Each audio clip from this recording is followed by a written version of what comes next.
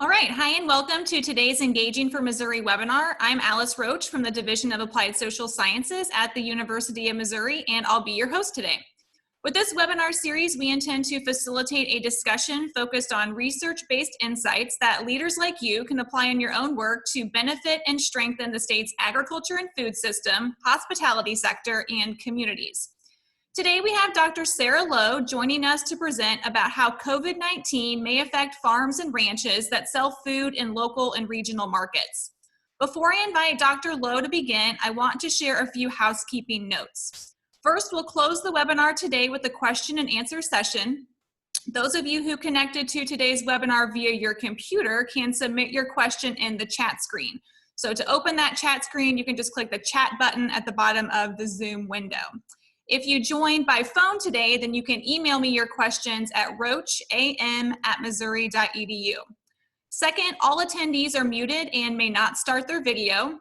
Third, if you encounter any technical difficulties, then please let me know by submitting a comment in the chat screen, or you can also send me an email at roacham@missouri.edu, and I'll do my best to troubleshoot. Fourth, we will make a recorded version of this webinar available to you. You can look for an email from Zoom that shares more about where you can access that recorded copy in about a day from now. So now we'll transition to the topic of today's webinar, which is titled COVID-19's Potential Impacts on Farms and Ranches Selling Food Through Local and Regional Markets. Presenting on this topic is Dr. Sarah Lowe, who is an Associate Professor of Regional Economics and Director of MU Extension's Exceed Regional Economic and Entrepreneurial Development Program. So thank you, Sarah, for being here today. If you could please start your video, then we'll begin your presentation. Thank you, Alice, and thanks everyone for having me today. I know there's a lot of webinars going on right now, so I really appreciate you joining us today for this webinar. Let me get started. All right, economic impact of COVID-19 on local and regional food markets. So social distancing measures such as the closure of universities, schools, restaurants, and some local food markets such as farmers markets is resulting in a significant shift in where food is sold or acquired, and markets for farms and ranches, particularly small farms and ranches or beginning farms, are changing. So on one hand, more people are buying groceries. On the other hand, social distancing and the closure of restaurants and school markets are affecting small farmers. Why is this important? Farmers markets are essentially a nursery for new farms. They also provide an outlet for value-added agriculture and marketing experimentation, serving as a laboratory for food marketing. We also have a lot of small farms in Missouri. About 3/4 of our farms gross less than $50,000 a year. And about 1/4 of our farms in Missouri are new or beginning farms. So this is a particularly important issue. The National Sustainable Agriculture Coalition asked a group of economists to estimate the economic impact of this as they were preparing to do some lobbying for the CARES Act. So I was one of those economists. We had about 24 hours to put this economic impact together, and I just want to share a little bit about that impact with you.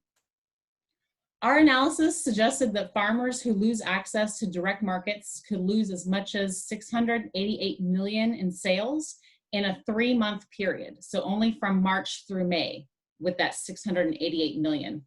We also estimated that the total economic impact of that loss could be over $1 billion.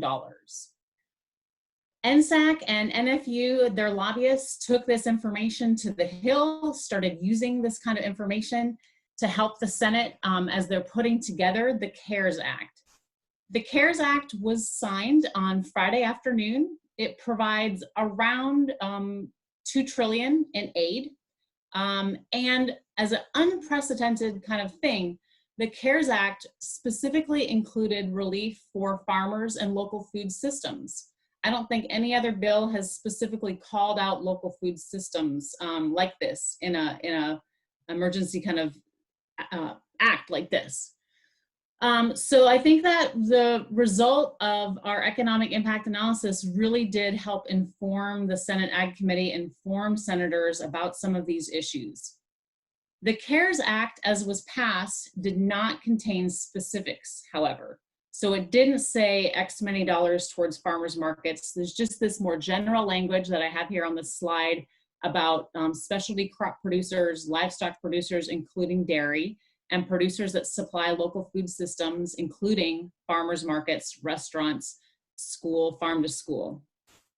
Because those specifics were not in the bill, the administration will be writing the rules of the new relief program. They're probably working on it right now. It's a big job. As a result of that, there's a lot still up in the air as to exactly how the $9.5 billion that is going towards support for farmers and local food systems will be allocated. In addition, a fourth relief bill is already taking shape. Another couple notable inclusions in the CARE Act include a $14 billion boost for CCC, and my colleague Pat Westoff talked about that in his webinar on Monday. I encourage you to take a look at that recorded webinar if you missed it. Also, I'd like to note an additional $100 million for the Reconnect, which is USDA's Rural Utility Service broadband pilot. Missouri has already received $61 million from the Reconnect pilot, and so the additional $100 million for Reconnect is a not insubstantial boost for the Reconnect program, which is providing infrastructure for broadband in rural areas that don't already have broadband. Okay. Back to the economic impact. Let me just start with the big. I'd first like to thank my awesome colleagues and collaborators on this project, Becca Jablonski and Dawn Thilmany at Colorado State University with Extension there, and the food systems team at Colorado State. They did a lot of the heavy lifting on this, so they are great co-authors. Also, Debbie Trop. Deb and I worked together at USDA previously. She is now Deb Trop Consulting. And also Blake Angelo, who is a governor-appointed Colorado Food Systems Advisory Council staffer. So Blake and I had never met before, but we were quickly acquainted with each other in this 24-hour and got to know each other, indeed, while his wife was in labor. So for those of you interested in doing a policy analysis, you got to be quick, you got to be timely, and if your wife's in labor, policy analysis still has to happen. All right. So again, we calculated losses, expected losses for a 3-month period, March through May. Now, keep in mind, we were doing this about 2 weeks ago. So this was March 17th. We're trying to get a handle on this. A lot has changed, of course, since then. Essentially, we estimated a large decline across farmers markets, farm to schools, food hubs, and restaurants. We also were able to parse out a decline in wages with some of the great work that Becca Jablonski has done with the USDA ARMS survey. We then were able to put that into an input-output model to estimate the total economic impact of that. And that came out to be 1.32 billion at the high end, so as high as 1.32 billion. We were not able to put a figure on the potential loss to small, beginning, and socially disadvantaged farmers. That was something we couldn't quantify right now, but it's something that I think is very important, a potential outcome of the COVID crisis. We based our numbers on the best available data. We used the 2017 Census Research Service, had their own estimates. We used the newest and best available data possible. And now I'm going to go through the 3 areas that we estimated economic impact for. So farmers markets, farm to school, and food hubs and restaurants. Farm to school impacts. Okay, in Missouri, farm to school in the spring is a relatively small market. So what happened is we put out a survey to all the farm to school coordinators in all the different states, and those folks had about 16 or 17 hours to respond to Becca, and a lot of them did, which is really great and really shows the timeliness and importance of this issue to farm to school. Missouri's response said that very little of the farm to school market occurs in March through May in Missouri, about 1%. But some states like California have a huge amount of their farm to school sales are March through May because they have an earlier season. So overall for the US, we estimated a 10% loss in farm to school sales. That loss led to a loss in sales to the farmers of over 61 million, also led to a loss in over 9 million in payroll. Putting that into our input-output model to come up with what's known as a multiplier effect, we found that the economy-wide activity, the total effects of those farm-to-school losses, estimated at 10% of farm-to-school sales, came out to over $120 million. The input-output model we used is USDA's Agricultural Marketing Service Local Food Impact Calculator. That calculator is available online, free for any of you to use, and I have a link to that at the end of my presentation. And this graphic just kind of shows a little bit more about multiplier effects and input-output analysis. I'm not going to get into all the weeds, but I wanted to let you know how we can be transparent about how those multiplier effects and total economic impact are good. The second of the three sectors we looked at were food hubs, serving institutions and also restaurants. So local and regional foods systems, there's kind of two sets, right? There's the direct marketing and there's the intermediated marketing. So food hubs are kind of an intermediary for farmers, and they aggregate food and help with the transportation and marketing. Similarly, restaurants, some restaurants buy from a food hub, some restaurants buy directly from the farmer, but that restaurant is kind of an intermediary. So for food hubs serving institutions other than schools and restaurants, we assumed a 20% loss in annual sales for the 3-month period of March through May. Included in this are a lot of the dining halls and universities that participate in local food and local and regional foods. So those university dining halls being closed, restaurants being closed, that all led to big losses in this category. We estimated a 20% loss, which led to over 27 million in lost sales and over 4 million in lost payroll. Plugging numbers into our economic impact calculator, our local foods impact calculator, we get a total effect on the economy of over $50 million from food hubs serving other institutions and restaurants. Okay, farmers markets. Farmers markets are a big one, right? Just over 6% of US farms market through direct channels, and farmers markets represent a large share of those direct channels. In Missouri, 3,600 farms approximately had direct channel sales. That's about 3.7%, so a little bit below the national average here in Missouri for direct sales, but still a significant market. Because this is such a large market, we put a lower bound and an upper bound on our assumptions. The assumptions are probably 90% of the work when you're doing an economic impact analysis. So assuming a 10% loss, we came up with $240 million decline in sales.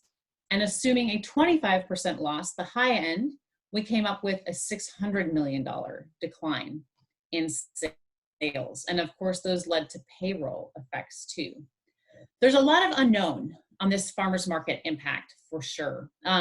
Actually, since we've done this analysis, we've seen more and more farmers markets moving to a drive-through or online marketing venue. So that's great. Hopefully we won't see this upper bound of 25% of sales lost in a 3-month period in farmers markets. In a lot of states, farmers markets have been declared essential, but there are additional labor costs for both the markets and the vendors or the farmers if they're going to continue operations and keep people safe and keep people embrace the social distancing. So keep that in mind, that there are a lot of labor costs, there's a lot of transaction costs that come into effect even if a farmer's market is able to stay open, okay? Again, these assumptions will vary a little bit across different parts of the country. The 10 and 25% we thought were reasonable assumptions. It's also possible that some of these markets will be canceled for the whole year if they lose the early season part of the market. It's also possible that some producers may say, well, if the market isn't going to be open or there's a lot of unknowns, they may not even plant. So we could be looking at markets and vendors closing for the season or potentially even permanently. We were not able to quantify those and consider all those in our analysis. So we've talked about the three components that we included in the economic impact of COVID-19 on local and regional farm markets. I also wanted to talk a little bit more about the online. So some recent research shows that 8% of local food farms had an online marketplace in 2015. And that's the most recent available data.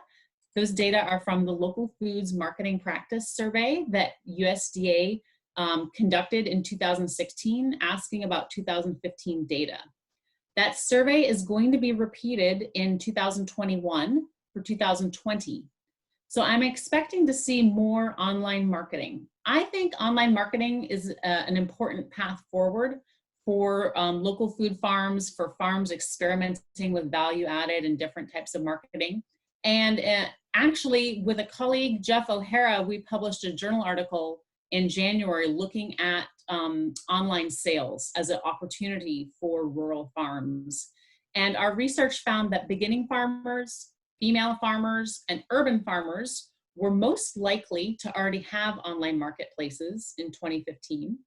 But we also found that online marketplaces represent really great opportunities for remote, rural, and beginning farmers and ranchers. I have recently published an extension guide summarizing this journal article into a little bit more lay terms. Again, I'll make the URL available for that. But like I said, we're shifting to online marketing a little bit right now because of the current crisis, but it could also be really good for farmers in the long run. I don't have time to go into all the resources, but I wanted to highlight that there are resources available for both individual producers who want to continue with their direct sales on an online platform, and also resources for farmers markets who are kind of thinking, how can we cope? How can we move online? We haven't moved online before. I don't want to advocate for any of these resources in particular, but these are just a few of the resources that are out there. Look to the producer, and will help you set up a website, help you manage payment systems. So some really great resources available online. Again, getting back to where I started, the impact on beginning small, socially disadvantaged farmers and ranchers is unknown, and I think this is a big concern. As I mentioned earlier, about a quarter of Missouri producers are considered new or beginning farmers, and that's those with less than 10 years of experience. And about 3/4 of our producers are very small. So COVID-19 could have a disproportionate impact on the new and beginning farmers because they disproportionately participate in markets like farmers markets. So I think this is something to keep in mind as we move forward. And of course, MU Extension is here as best as we can be to support you. And my colleague, Bill McKelvey, will be giving another webinar Friday at 10 o'clock in this same series, and he'll be talking a little bit more about the resources for farmers and markets here in Missouri. And as I promised, I wanted to wrap up with a couple of the resources. Here's the link to the economic impact analysis that I discussed today. That economic impact analysis is also available on E-Extension's Local Food Economics Community of Practice, localfoodseconomics.com.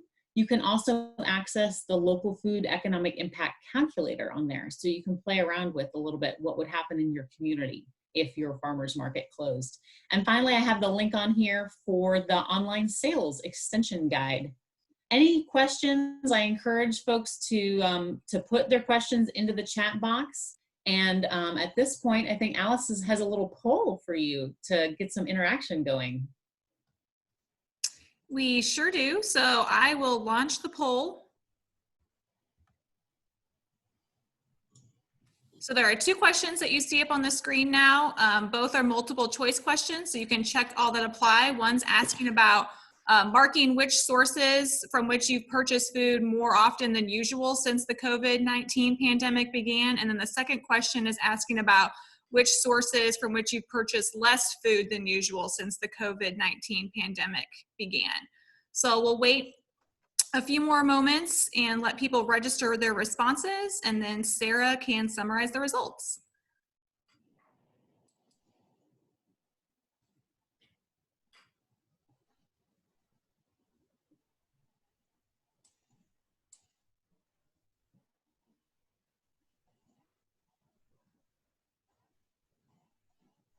I think this poll is kind of fun. I hope you guys are having fun voting. I'm getting a message that I'm not allowed to vote, so Sorry, I Sarah. look forward to seeing. I look forward to seeing everyone's votes. We'll wait a few more minutes, or moments rather, to let you register your responses.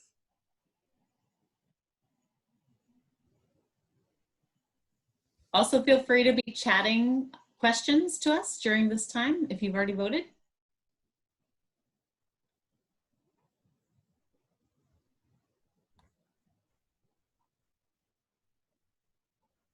All right, we'll go ahead and end the poll, and I'll share your results here. Great, thank you, Alice. Yes. Okay, so the results are in. Unsurprisingly, a lot of us are purchasing more food from grocery stores than we were before COVID. I know that's true for me too. We've got about 31% that said no change. We have 11% saying that they're buying more direct from farmers, and of course 18% more from online. That's great.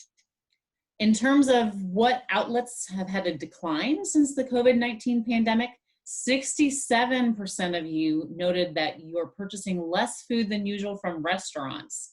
And of course, that's reverberating through the economy. Right now, we see that.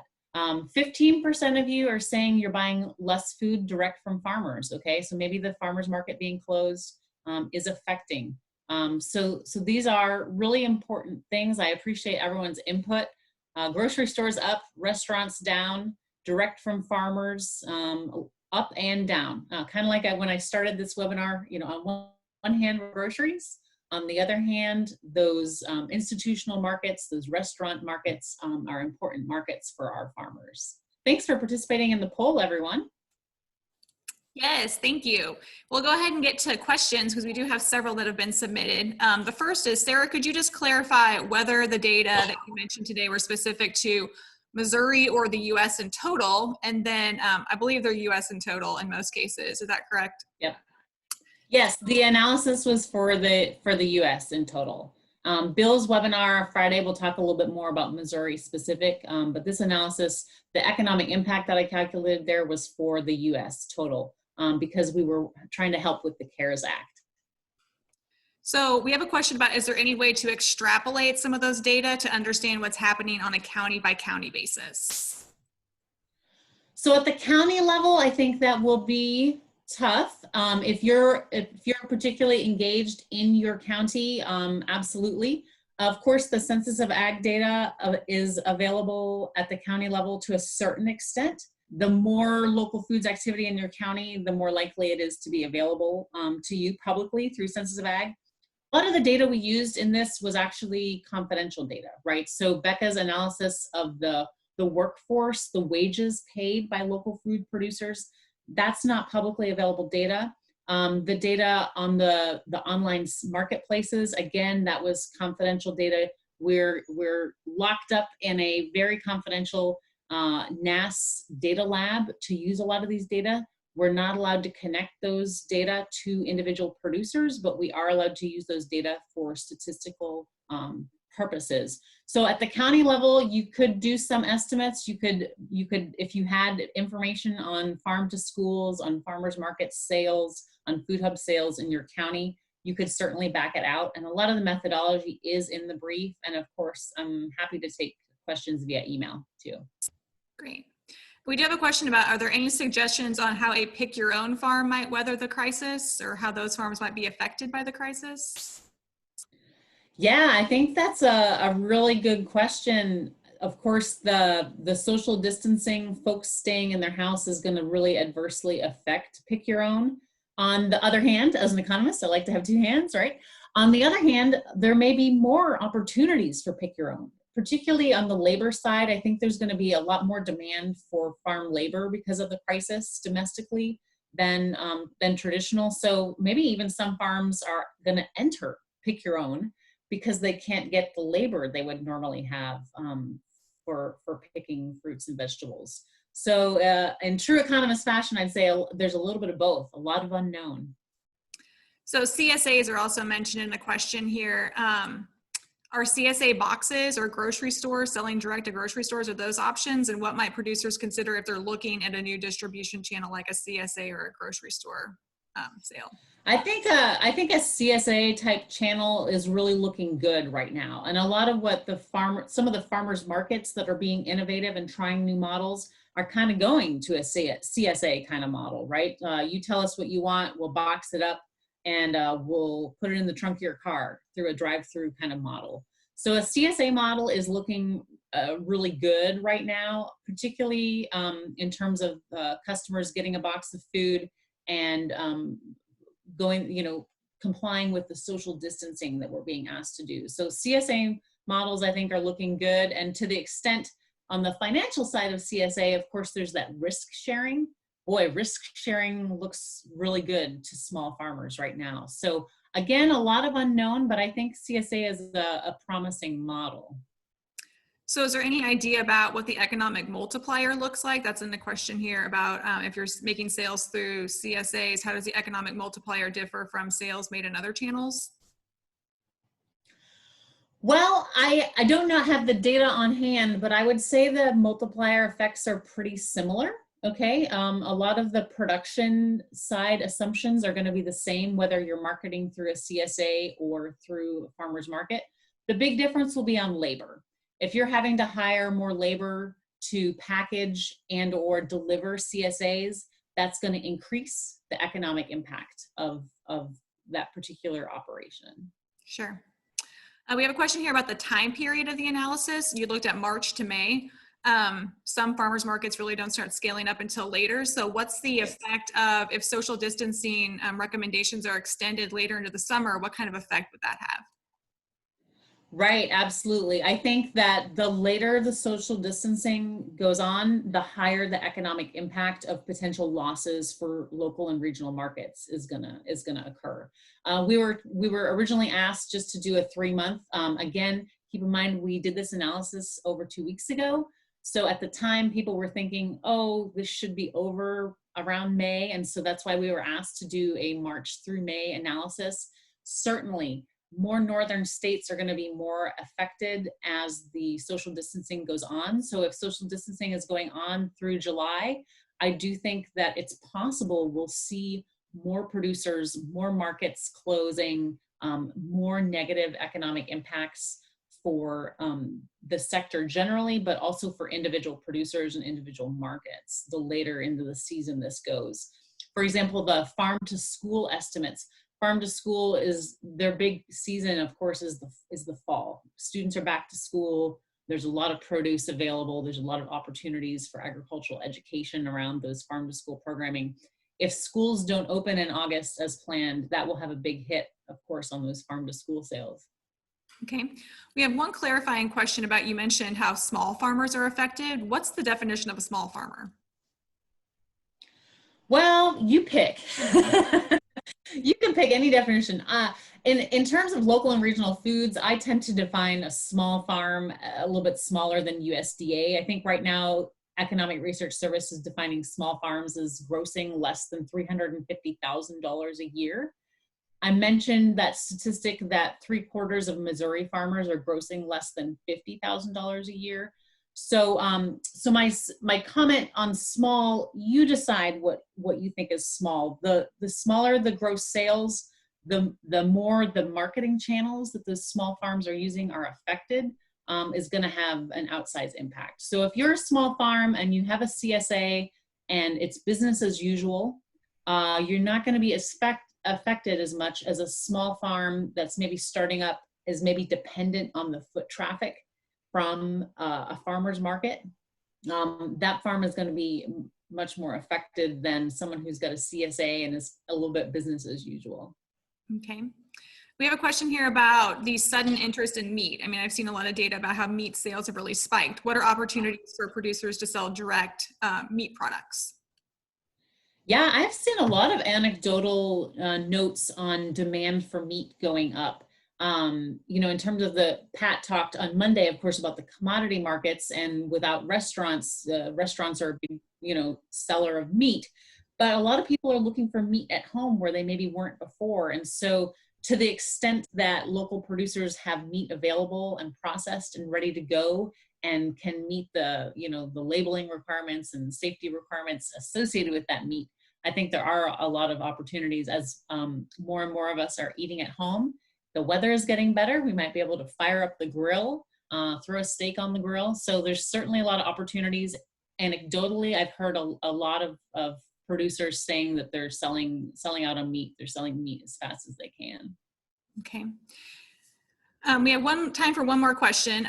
We do have a question in here about H-2A guest workers. You mentioned that there would be a need for an increase in labor in some cases for a farmer's market. Are there any data on the impacts of farm workers, including those H-2A guest workers, because of the coronavirus epidemic?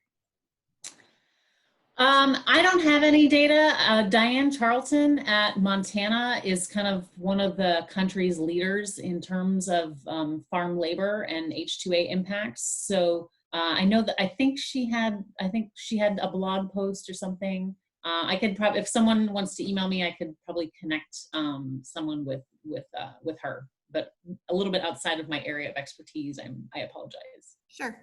Well, thank you, Sarah, so much for sharing today's webinar presentation, and thank you to our audience too. When you exit Zoom, you'll see a post-webinar survey will load in your browser. If you could please consider responding, as we'll use the results to improve the webinar experience and brainstorm future webinar topics.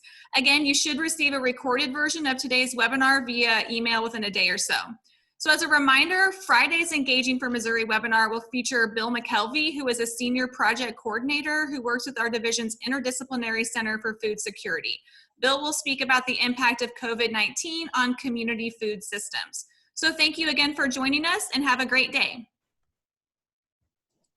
Thanks, Sarah. Thank you.